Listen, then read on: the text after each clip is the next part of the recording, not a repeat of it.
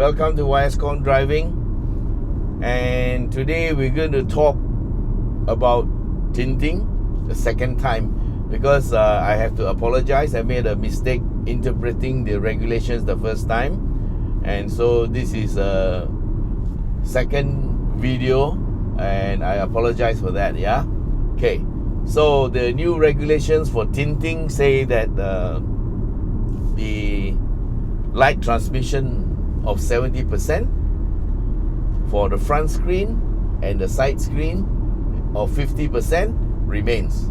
Okay, so that means the old regulation that says you have to allow minimum of 70% of light through the front windscreen and 50% of light through the side windscreen remains. So that is unchanged. However, as of May the 8th, the new regulation also states that you are now allowed 100% tinting for the rear glass and the rear windows. Okay, so the rear half of the car is now free for all, and the front half of the car, insofar as the glass is concerned, remains the same. Okay, so what does this mean?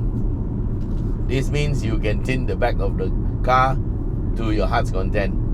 0%, 100% allowable means up to 0% light passing through. Yeah, so you can literally paint your glass black at the back and the sides, and you'll still be within regulations. Of course, you can't see out lah. Okay, that's a very extreme thing, but zero light transmission actually means that if it doesn't transmit light through, that means you can't see. It's like a welding glasses. Okay, so there is some escape clause for those who want to tint the front, sides, and the front screen. It says that you can tint more than the regulation if you apply to the government, but you must have some kind of a reason lah, which is a medical reason. Okay, so for medical reason, you have to get a letter from a government doctor or a government clinic doctor that says so and so is suffering from such and such a malady, and therefore we'd like to recommend that he be allowed to tint his glass more than the regulation amount, and with that letter you can apply. Okay, there's another method for those of you who have fears for security or fear for your life or your safety, and you don't want people to see whether you're in the car or not, or even if they know you're in the car, they won't know exactly where you are because they can't see. You can apply for tinting for the front side glass and also the front screen to more than the regulation amount, and for that you have to pay a 50 ringgit fee to apply.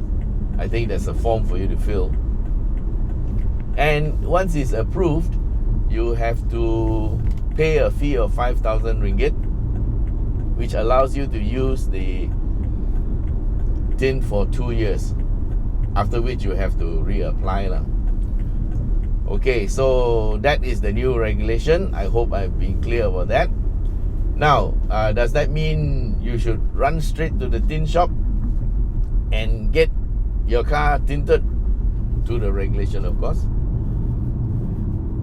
Well, let's talk about the good points of tinting. Yeah, tinting will cut off some UV rays, and it also helps to ease the eyes, and also in terms of car energy, or rather the energy used to cool down the car will be less, and also it requires less energy to maintain the coolness of the car after it has gone down. So therefore, there will be some savings in terms of energy. Yeah? That means your petrol bills if you do tinting. Okay, another thing about tinting is my tinting expert tells me that the UV protection offered by the film is actually not dependent on the amount of tint, or rather how dark the tint is. It is some other stuff they put into the tinting material that actually cuts off the UV, that reflects the UV away. So the dark tint is not necessarily good for, or it does not necessarily protect you from UV rays, okay? So I don't know much about tinting, but that's what I heard. So you please go and check it out yourself. But from on a practical side, when you drive, like we are driving behind this car now, we can still see what's going on in the front through the front and rear screen of the car in front of us.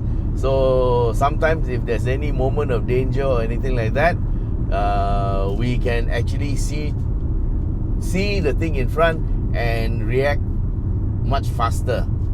Whereas if that was fully tinted, then there's a danger you cannot see through, and your reaction time will be affected.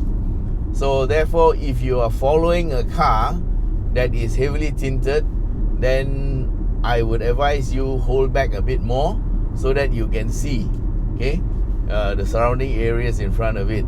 It's okay if you're in a high car, you can see, like we are in a high car, we can see everything. Okay, now we are seeing a more heavily tinted van, and of course the van is high, you can't see. Okay, so the point is, it's good to be able to see through the cars.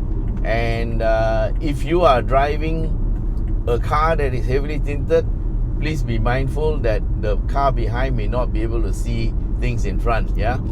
And of course you can't get down and say, hey, can you please stay further away from my tail? Because I got heavily tinted glasses and you can't see through, so therefore it's dangerous. Yeah, you can't do that. So it's up to him. And knowing Malaysian drivers, for every two that will heed this advice, there will be another 8 who will be tailgating you. Yeah, and of course, therefore, if you are tinting your glass, it will put you in a state of potential danger. Now, as for yourself, or rather for me I wouldn't tint my rear glass 100%, because 100% means I can't see through the back. I would keep it around 70%. Yeah, a bit of tinting is fine. Okay, and that will allow me to even see at the back, because if you tint your back glass, you can't see through it properly, especially when the lighting is poor. The same goes for the front. Okay, even if you apply for it, or you pay your 5,000 ringgit, or you have some skin disease, I wouldn't go for 100% tinting.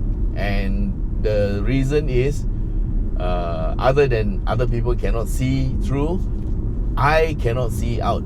Okay, when it's getting a bit darker, or when it starts to rain, the weather, the sun goes away and then it gets dark, you can't see properly. Your vision will be impaired, and to me that is a safety related issue. Same with the side glass. The side glass, the government allows 50%. There's a reason. They want you to be able to at least see outside. Okay, and even at 50%, I would say that it already gets quite dark when it's misty. I'm moving over to the left lane because we're driving slow. So guys, don't go and run to your tint shop and tint your car.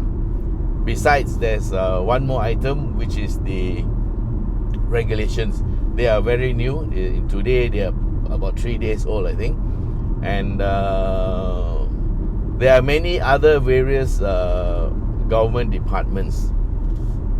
When they enforce this, how are they going to measure? That's one thing. And there will be some issues. Okay, so this tinting issue is not new. There have been many cases when they start clamping down on people, and then we don't know what's happening. Okay, so it's up to the interpretation of each and every single officer.